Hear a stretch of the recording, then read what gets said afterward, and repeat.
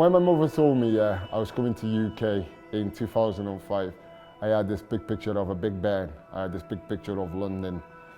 And I remember I've come down this road and there was Blockbuster and Tesco. And they were my big buildings, my big names that I first seen. And I thought, okay, I've heard about Tesco, but what's this Blockbuster? Back in 2005, I was still a new to people. Do you know, there wasn't many races in Wrecsam, so it was something for me that was very difficult. My hair was a big attention. Do you know, I had a big afro, and it was like I was going into school, a lot of people wanted to touch, even teachers. I found teachers in the middle of a classroom and they just standing next to me and just feeling my hair, and it's like, why is your hair so different? And many of these questions, and as a kid, you wondered in your head, why am I so different?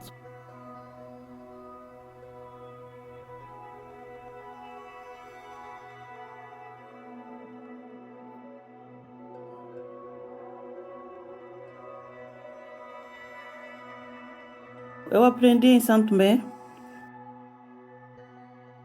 Viemos de uma família que eu tenho mais irmãs, tenho 3 irmãs, e então eu optei em aprender a fazer as tranças para fazer nas mesmas tranças.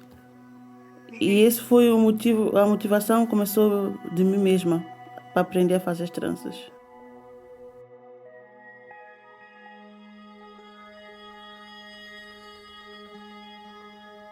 Using my own hair is important to me for reasons that I don't quite understand as well. But yeah, I needed a lot of hair, so I shaved my hair off and I was like completely bald.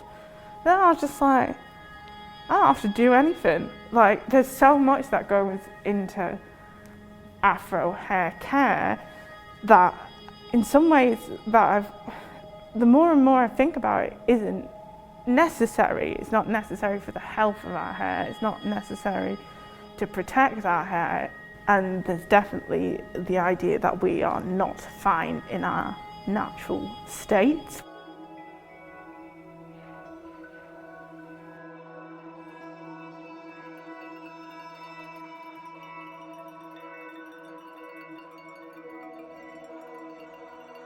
Depois também tem uma tranças que já vem feitas.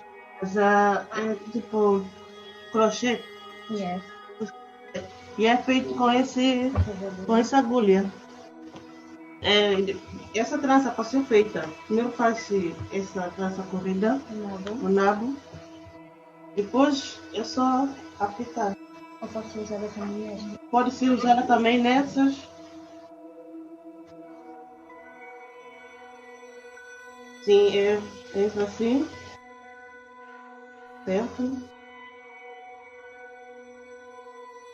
So it's essentially a way of creating a box braids or Senegalese twist like Teca's doing there without having to take the amount of time. So like straight back cornrows can take like 45 minutes, and then you hook through with the tool and pull it through, so it gives the appearance of box braids.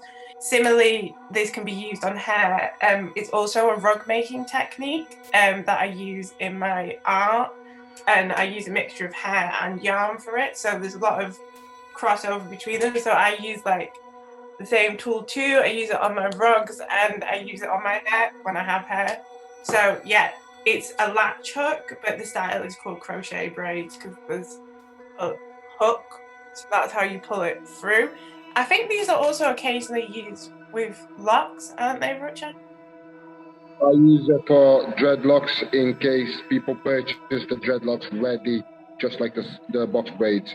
So you purchase the dreadlocks, and then I will have to use the same tools and the same way to install the dreadlocks in.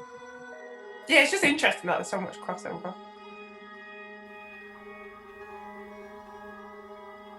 Já passei por uma situação que alguém me chamou, estava no meu setor de trabalho, e chamaram a comparar meu cabelo com um palhaço. Que olha, o teu cabelo parece uma palhaço. E isso não me afetou tanto, porque eu sinto bem com o meu cabelo, mas As pessoas que estavam ao meu redor, os africanos, é que não sentiram bem com isso.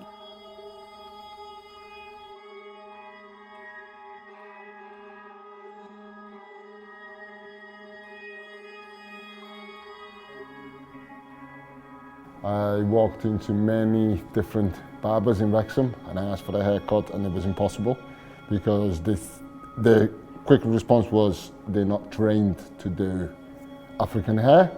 So I was like, wow. So I then went home and started watching YouTube videos and just practicing and offering me friends.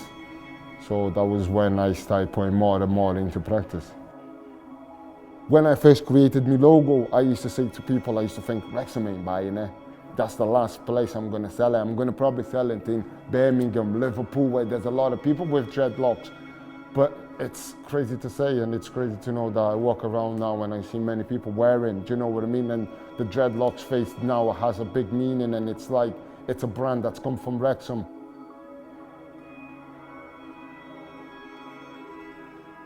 Isso para a trança para ser vista como não é trabalho para mulher, que não sei o quê. Para mim isso deveria ter mais aberto para as pessoas verem que isso deveria também ser uma profissão para as mulheres, não um passatempo ou porque é uma obrigação que as mulheres têm que fazer.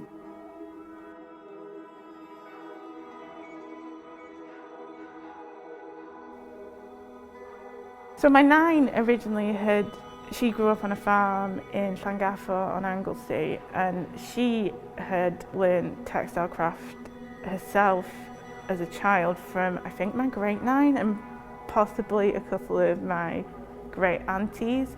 They used to proggy rug, which is a form of rag rugging similar to latch hooking, wherein you pull a scrap of fabric through jute sacking, similar to hessian, which is what I use in my practice now.